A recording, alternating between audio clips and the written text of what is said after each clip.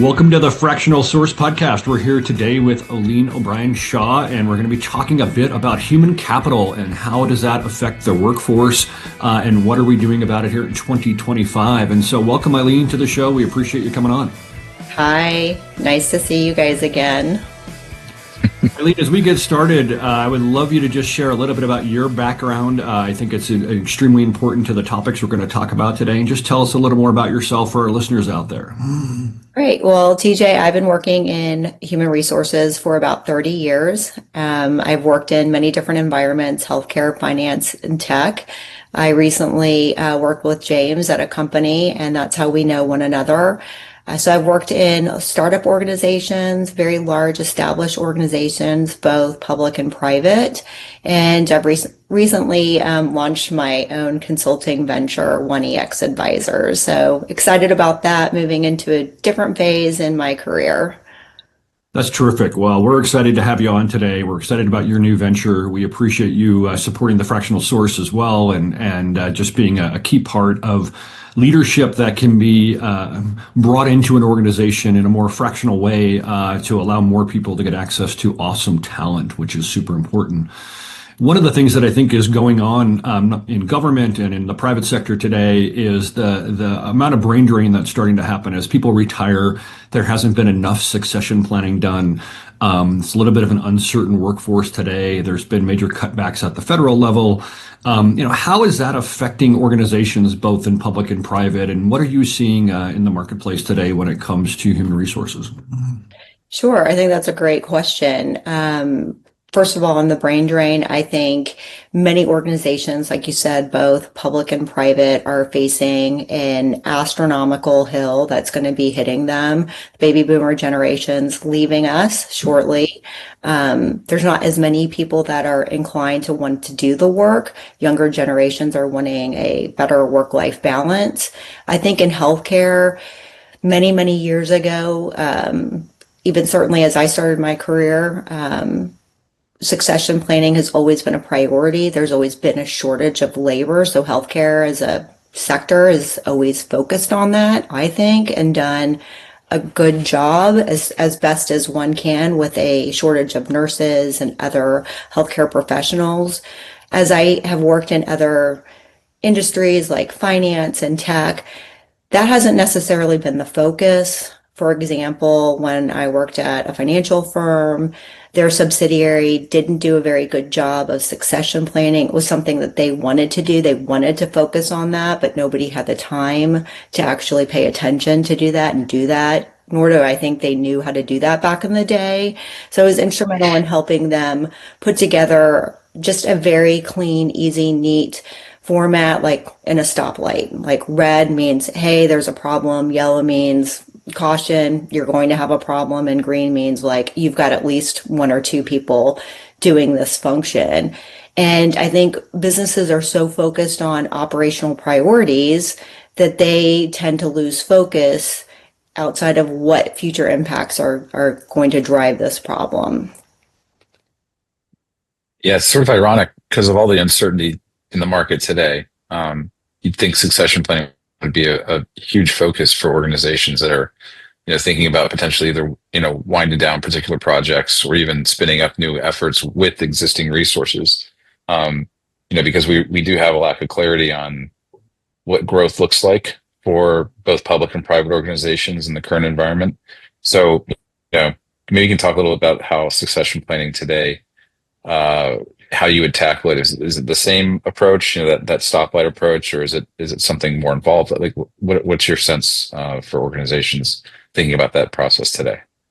I think a lot of people don't know where to start. So I try and use analogies like a stoplight. People understand that analogy. It's pretty easy to get there when I say, hey, you have no one else that can do this function. I know when you and I were working together in a startup capacity, we went through many different product market fits. And so we expanded and contracted many, many times, which I think is the nature of a startup. I think it's a good thing for a startup. But that retention was very key because you had that institutional bench strength aka the brains of the organization. And when you're losing people, I think it makes it difficult, regardless of the reason for turnover, to keep that knowledge, the institutional knowledge like we were talking about, but also, that impacts the daily operations of a business. So I think most people can understand a simple analogy. Certainly it's more complex behind the scenes related to that, but I think if people don't understand that concept, if they're going to their HR person, that's just sort of their inner bench strength on how they're going to help make that happen. Certainly if an organization's in a startup mode and they don't have that person, I think the fractional space is really helpful for them, to get that talent to help them understand, how to begin this process. I think one of the unique things too is to challenge ourselves to think a little bit differently about succession planning. And I've seen organizations that have a great culture and a great ethos where they don't lay anybody off, and that's a core value of their culture and organization. And those organizations have to be really good at this because they have to be great at retention, but they also have to be great at performance management. And you also have to look at retraining. And I think that when we think about AI and what it's doing to the workforce, I think that when we look at succession planning too, it's who has the skills we need in the future versus the skills we needed last year or the year before.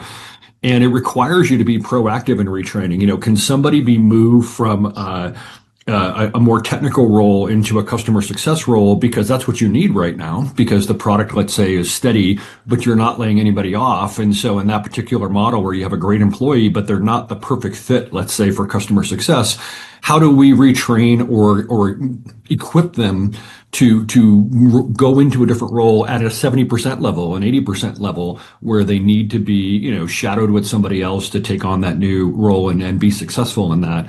And I love that kind of a concept because I think we see that in government a lot too, where it's hard to hire and fire, or you're not going to just lay off in government. Typically, a bit of that at the federal level this year, but at a local level, that's not really common. And so, how do you really help equip people for that future role that you need to put them in? That's not an overnight thing because it's about human change management, right? Your job is changing. Who moved my cheese, right? At the end of the day.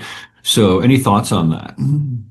Yeah, I think first of all, it starts with the culture an organization keeps, right? They need to make sure people have psychological safety. I mean, and that sounds a little bit crazy when I say it that way, but I think people want to come in and feel safe and secure. Like, okay, if my job is changing, and I feel like my organization cares about me and I know I'm going to have a place and maybe I have to go and do a temporary assignment for a while, or maybe that assignment's going to move to a permanent assignment. I need to feel like I'm supported in this environment.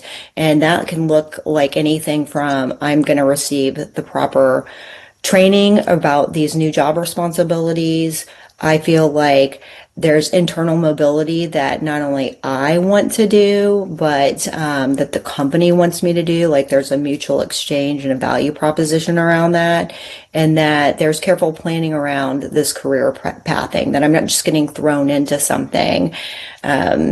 I've seen many organizations throw people into positions and then they become disenfranchised. Employees become disenfranchised, and actually leaders become disenfranchised because here's an otherwise perfectly wonderful employee, but we've set them up for failure because we didn't properly plan and support them from an orientation perspective, giving them the tools that they need to do, or even just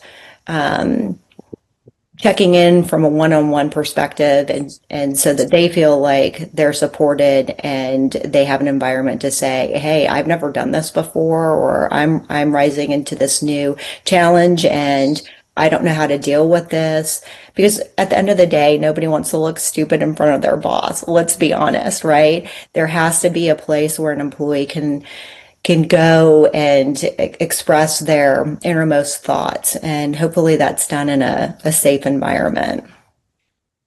So on that particular note, because I think you've hit on probably one of the hardest things, but most important things that leadership needs to do, whether it's a first line supervisor, it's a manager of managers, it's a leader of leaders, right? We all understand the progression that somebody might take if they choose to throughout their career. And I think that psychological safety to be able to say, hey, I need help, right? And to build an environment where people can take risks, because if they're not taking some risks, they're not going to be getting anything big accomplished, so to speak, if they're not leaning forward in that. But they have to feel comfortable and safe to do that and ask others for help. And I was at a conference just this week. Actually, James and I were both there on rural, big, hard, difficult projects that need to happen. And I was really impressed by a couple of younger leaders who I would say are more team members, but really they showed leadership because they were very open about like what they don't know and where they need help and asking lots of good questions. And I was impressed by their willingness to say, I have no idea what I'm doing, but I'm charging ahead, right? And I'm asking for help, and I'd like your help to get there.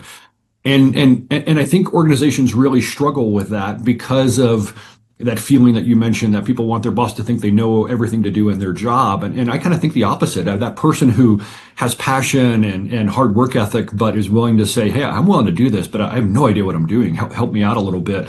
I think is so impressive. So, I mean, what have you seen work to help foster that? Like, what kind is it? Is it the right one-on-ones? Is it the openness to say, instead of what did you accomplish last week, what did you learn last week? In your role, how can you attack that? I think there are so many different generations and different types of people from all walks of life that are in the workforce. So I always love it when I have a group of, like, as a team lead, when I have employees that want to ask me, hey, I'm not really sure how to go about this, and so that I can have an honest dialogue with them. But that's not always the case. There are going to be individuals that, whether it's their pride or ego that gets them in the way, that aren't going to necessarily ask those questions. I do think that this new generation coming in, Gen Z, is more apt to ask those questions. I think as a Gen Xer myself, I think it's sort of one of those things that we've like put our heads down and we're supposed to figure it out. We were that latchkey generation where we just had to figure things out and weren't given a lot of explanation. So certainly I think lots of different people are showing up, but hopefully the culture's supporting asking, good questions around that. And I do think actually as a leader, having one-on-one check-in prompts that show consistency so you can see how an employee's, coming along in a continuum is important. There is an evaluation there that happens as you either have a new employee or somebody that's entering the workforce. It's important to see how they're growing. It's funny. I've only worked maybe one or two places where that one-on-one is used in what I would call an instructive way or an informative way for both parties, right? Like you just described. And with the backdrop of like, we're not doing annual performance reviews, right? We have a fluid, dynamic relationship in the workplace that I already know as a leader, and as an employee what my expectations are. I know what your assumptions are, because we're having a dialogue and we're engaging on a regular basis. And that is not an easy thing to do, right? That's a deliberate action that you have to, in many cases, you have to really push to get there. So that it's not just a meeting reminder on your calendar. Like this just needs to be part of the fabric of the organization to make that happen. And in those places where that's been the case, I've gotten more out of the job. Right. And I know that the leadership has gotten more out of the employee relationship and the employee's performance, because it's not about like oversight or management. It's about understanding, listening, and being flexible with your workforce too, right? Because things are going to change on a regular basis. And going back to the succession planning thing, that becomes easier because you have that dialogue and that transparency. It's not about checking in, right? Or, making sure someone's at their computer. It's literally like, how can I forecast the health of my organization?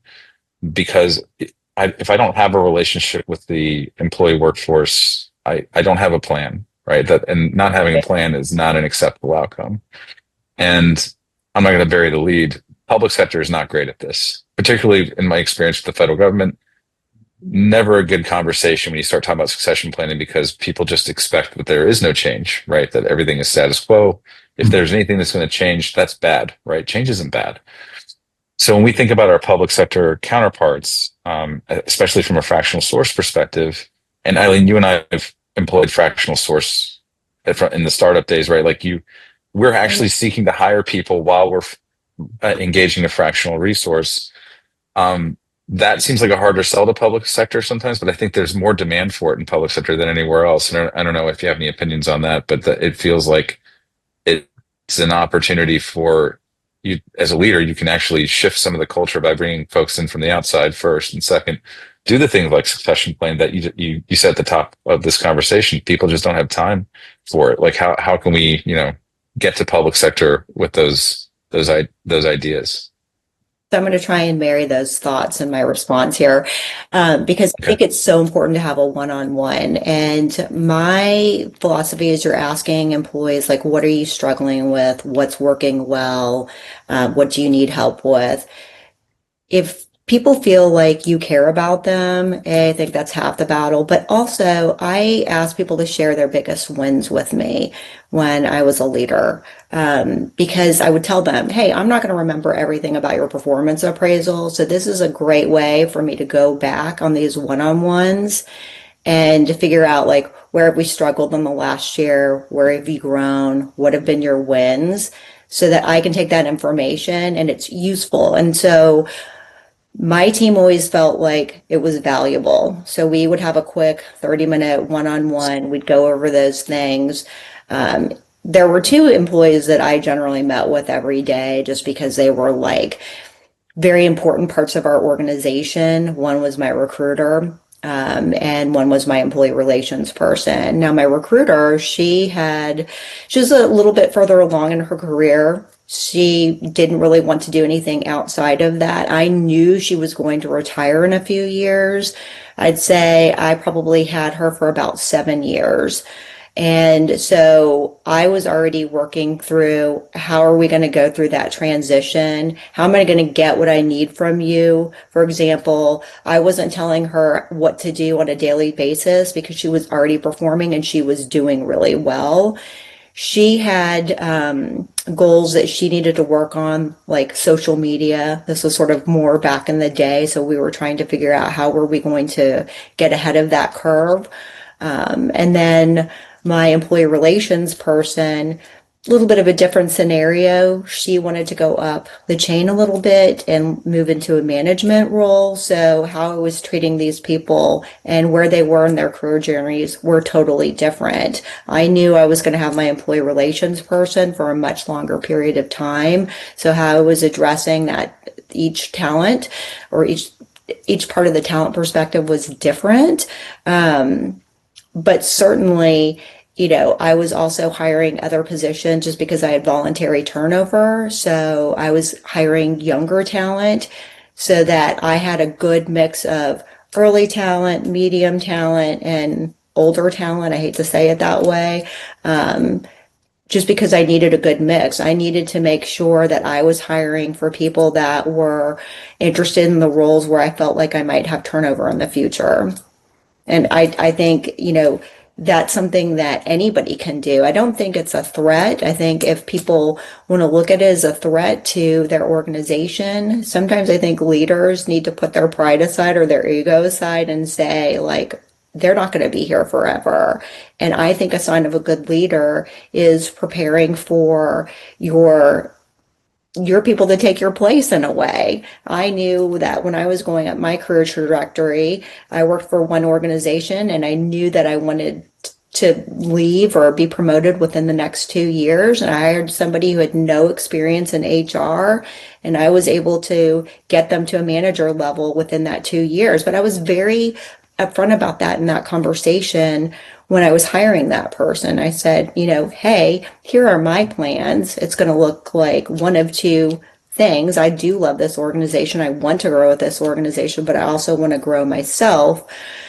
Are you going to be able to, work towards a plan that we can have you be a manager in 2 years? And we did it. And she did. She took my role. I was promoted within the company. So I think there are healthy ways to do that and have these conversations, with your employer. That's a really good point. I'll use the term the deputy role, right? Is in and of itself a path for succession, but it's often not utilized. Some people can occupy that position for a very long time, and if they don't move up in that natural trajectory, they're going to move out. And so when I think about the public sector and I think about how those org charts are structured, that's typically the case. You have a second line of managers who support someone at the top. And typically there's someone in that line who is looked at as a deputy or someone who essentially owns operations. And if you're succession planning and you have 4 boxes underneath the top, one of those boxes has to be something you have to be thinking about that person or that role as eventually assuming yours. And I like this idea of like getting out of your own way, right? Like those leaders need to be thinking about the organization as well. And sometimes the best thing to do is for that person to move up or move out or assume a different role and start shifting things around because our priorities change as an organization. The mission can evolve over time. And I think we're seeing that pretty stark shift right now in public sector market that, there's going to be more dependence from a state and local perspective on state and local resources as opposed to federal resources, just to, pull at that thread a little bit. And I don't think people are prepared for it. In fact, the majority of folks I talk to in the public sector know that something's changing, but they haven't done the work, right, to actually make that change happen. I think we just lost you. Oh, I thought your power went out, TJ. On your point there, though, I think it's super important that we have to be okay, and actually, as leaders, we have to encourage our managers, leaders, and others to replace themselves, right? I mean, this sounds scary, but I'm just going to throw it out there. And really, no one should have an excuse in not doing it, including the chief executive at the end of the day, which is, hold them accountable to succession planning. And if you think about it, most people do well to get promoted when they have replaced themselves, right? It's that they're ready because they have 2 or 3 people ready to step into their role that you can easily, move them to another place and promote them in the organization because there are multiple people capable of doing their old job, right? And so, it's a funny concept because it takes somebody who has some good self-efficacy to pull it off, but you really need to have people that are constantly training those high potentials. And then I think also when we look at it, some of the skills that are needed today are actually more available in a younger generation. Let's just pick up, ease of using AI. More AI native is coming, generationally at a younger age than maybe an older age. And so, how do you promote those people who have those newer skills into roles probably before some others would think they're ready? And so I think they're both really important concepts. Well, hopefully your team trusts you as a leader. I think that's the most important thing because you're going to end up making decisions that, sometimes not everyone's going to be happy with. And I think that's okay. I think if your team, trusts you, that's important. I mean, certainly I always think that there's something to be learned from the younger generation. I have, in my lifetime, brought somebody who James knows with me on 2 occasions, and I've seen her grow, and she's left me twice. And that's okay because we've been able to have those safe conversations around, what's your career progression? Why are you making these moves? I still talk to her today. I'm still her mentor. But certainly I would love for her to join me, in an organization again. And I've often told her, there'll become a time where I want to work for her. So there's certainly things that you can learn from a leadership perspective. And I've often said to you guys, I need a Gen Z internship as I'm learning certain things. So I think good leaders put their ego aside, and we all have to understand that internal mobility is important. People are going to want career progression, and I think from a company perspective, it's important to lay that out because that's not a lever that can be or a switch that can be turned up and down overnight. This takes great planning, and I think organizations like healthcare organizations do it well or better than others in the sense that they've needed to focus on this for several years. I mean, in the 90s, they were looking at this evidence-based, saying we're going to have these career shortages. How are we going to take our nursing assistants and help them become nurses? And, there's lots of different ways to look at that. I was driving in Austin the other day, and I was at a stoplight, and I saw, APD is hiring. And so I was wondering about their talent pool. Where are they getting their talent pool? How are they growing police officers? What's their, internal mobility look like? These are just things that I geek out as I'm at a stoplight, in Austin as an HR professional, because I do wonder about the future of our workforce and what are we doing to prepare them. I think it's so important. Well, on one, just to jump in for 1 second. Yeah, I know where you're going. The number one and number two issue I hear from police chiefs and fire chiefs, for that matter, and city and county managers is recruitment and retention. And it's either retention and recruitment, but in either case, they're one and two. And so I think one thing we see today is the retirements in local government aren't what they used to be.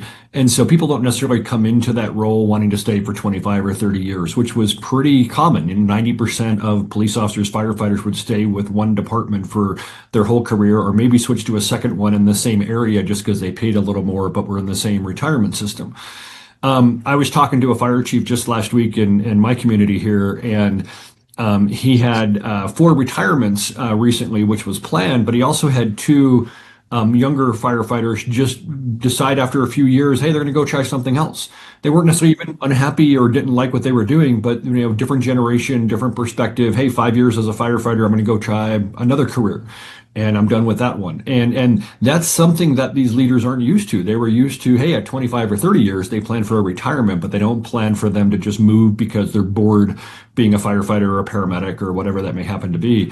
And so that means we have to engage, much more on getting them to either want to be there for a long term or change the way that you recruit to, you may have to do 5 times or 6 times more recruiting, including training and onboarding for a fire department, a police department than you used to do, which is a dramatically different setup than we have before, which once again leads me to, can we get smart people like you, Eileen, and others to come in fractionally to a city or a county and help them design the right model for them? Like what's realistic maybe in interviewing firefighters or police officers in the first 10 years on the job to say, are you really going to stick around for 20 or 30 years?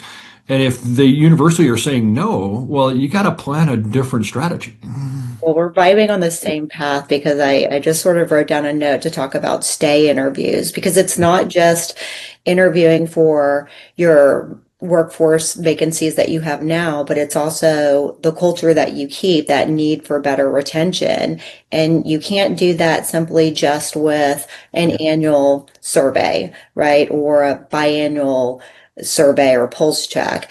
You should be regularly talking to your employees and asking them all the reasons for why they want to stay. Like what's working well, what's not working well. Like they'll give you those answers. It's just, what are you doing with that information? And if it's somebody's desire to go work in a completely different sector, that's uncontrollable for you as an employer. We can't control it. We need to know about it. We need to be able to plan for that. And it's perfectly acceptable, I think, to help people exit out of an organization. There's no shame in saying, hey, I think you want to go do a different job in a year or two. How can we best support you to plan for that? Because at the end of the day, you are going to be able to plan for that as well on your end. There's nothing wrong with going to your CFO to say, hey, in 2 years, we're going to go, have 3 people in my side of the organization that are going to leave or potentially leave. Having these conversations with your leadership team is so important. Yeah, I was. There's 2 things there that I think is interesting. First is, TJ, to your point, bringing someone in to help do that piece of work to get the plan in place is critical. And I think when I talk about this from a fractional source perspective, someone will say, well, you're just going to tell them to hire a bunch of fractional sources. It's like, no, that's not what we do, right? We want you to have the ability to execute these projects. And if you're telling me that you need to do succession plan, that's what you get. You're going to get a succession plan. But part of that is breaking some of the bias inside the organization. I think to your point, Eileen, utilizing that resource to shore up permanent resources. Because I think people might hear this and think, oh, it's really hard to recruit, and why would I recruit someone full time if they're just going to leave a job in 5 years? And that's not what we're saying, right? We're saying is, if those are realities to your organization, and they're realities for pretty much every organization, then you need to plan for it and lean into it, right? And create an environment where you're willing to adjust and frankly promote people along the path, and that may be a path outside the organization. I think people look at exits or departure. Again, because they conflate it with a goodbye or, like a termination. And that's not the case. If you work you talked, TJ, earlier about an organization that doesn't do layoffs. I've worked with organizations that do layoffs, and it's a far worse environment because, people call a layoff culture one of uncertainty. It's actually worse. It's certainty that there will be layoffs, and that, what you're uncertain about is, am I something other than just a line on a spreadsheet here? And the answer in a good organization is no, of course not. You're not just a line on a spreadsheet, but in many large organizations, you are. And flipping that to the public sector side, it's even a little bit worse because you're not doing layoffs. In fact, you're more likely to what I would call shelter-in-place employment, right? Like you exhaust your capabilities in your job, and you either look for another job somewhere else because there's no succession planning or there's no ability to promote, or you just kind of stay. And that's not satisfying for anybody. It's not satisfying for the employee, management, certainly not satisfying if you're trying to grow and evolve a workforce. And, we see in public sector that it's really hard to evolve workforce. Just look at the software stack in any small, medium-sized county, and it's not evolving, right? There are some that are successful, but it all starts with the workforce. It starts with being able to say, I need a mix of talent and you don't have to be deliberate about generations, but I know what I like on the team. I like people who have scar tissue, but I like people who haven't learned anything, and they want to come learn, and they want to learn from the people who have, got a little bit of gray in their beard. And I want to support that workforce transition because nothing's permanent. And we have to focus on that. And going back to the point here, which is like, if you don't have time to do that planning, and if you find that your day-to-day is just eating your ability to be strategic, which in many cases it can be, then bring someone in to do it. Just get it done, write it down, and make it a regular occurrence too. Because I think that's the other thing we probably should talk about is that succession planning is not a one and done deal. It's like you have to continue to evolve that plan as well. But once you do take that first step, it's a huge one, right? It helps put sunlight on a lot of issues in the organization that you may be aware of, but haven't had a chance to do anything about it. Now it's written down. So let's go do something about it. I agree. I mean, I think plans change. I think companies, regardless if it's public or private, the cost of not doing this outweighs what the cost will be in the future. And from a fractional perspective, I think maybe there's hesitation to use fractional workers, but we're really offering tools in the tool belt. Our job is not to come in and permanently do someone's job. It's to give you the tools that you need to be able to give you advice, to uncover maybe things that you're not seeing. So I think that's so important. I know that maybe many companies haven't budgeted for advisory help.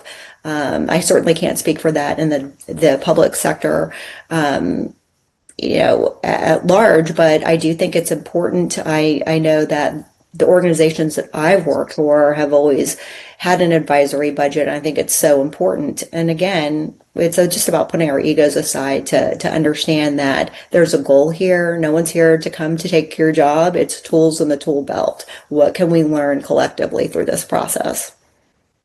Well, I think both James and Eileen, you both have hit on like this core issue that we know is happening. And I like the way you described it, Eileen, with at the end of the day, where is that advisory budget coming from within, let's say, a city or county organization? And I can tell you where it actually does come from. It comes from vacancy funds.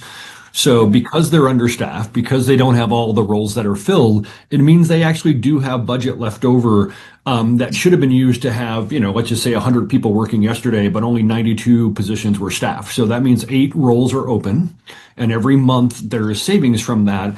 And unless they want to give those positions back in the budget next year, you would want to leverage that. Well, the smartest way to leverage that would be to use that vacancy funding to bring in a fractional chief human resource officer, let's say, or human capital officer to help us with recruitment and retention, help us with succession planning, help us with staffing in maybe non-traditional ways. One of the things that I think government has been more inflexible on is they think that everybody does want to come in for a 30 or 40-year career.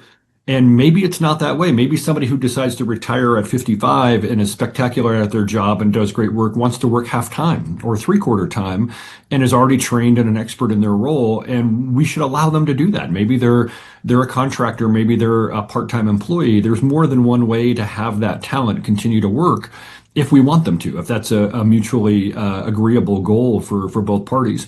Also, not just fractional to hire fractional, but do you want to recruit people that are experienced in being a building inspector and experienced in being a fire marshal, experienced in community services or parks and recreation that just wants to work half time?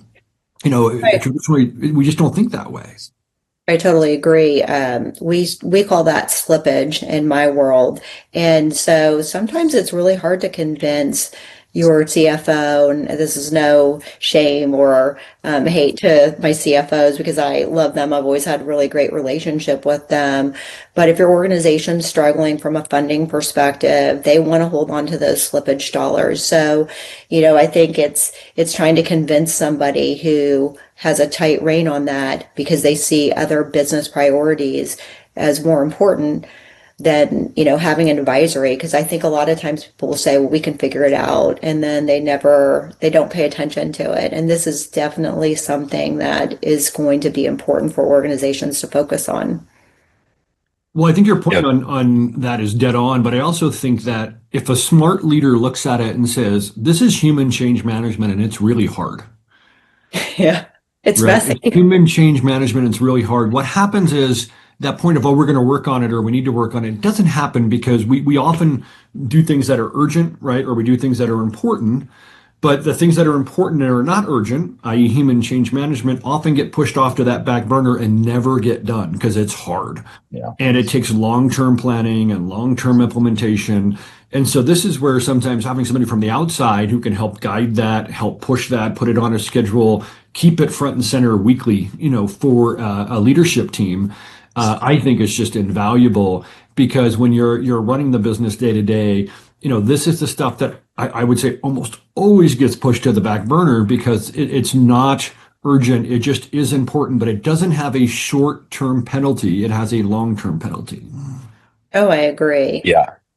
I have a client that not only embraced that disruption, right, which is the term that they used, but incentivized people inside the workforce to work with other managers in other lines to learn about those lines of business, to see if they want to move over and support other projects. And not only did they do that, every quarter, they put a panel up of those folks who went through that process to talk about the experience and promote that experience to the rest of the workforce. So it's a catalyst internally where they're not having to go out and post a bunch of new positions and hire from the outside all the time. They have a workforce that's evolving internally.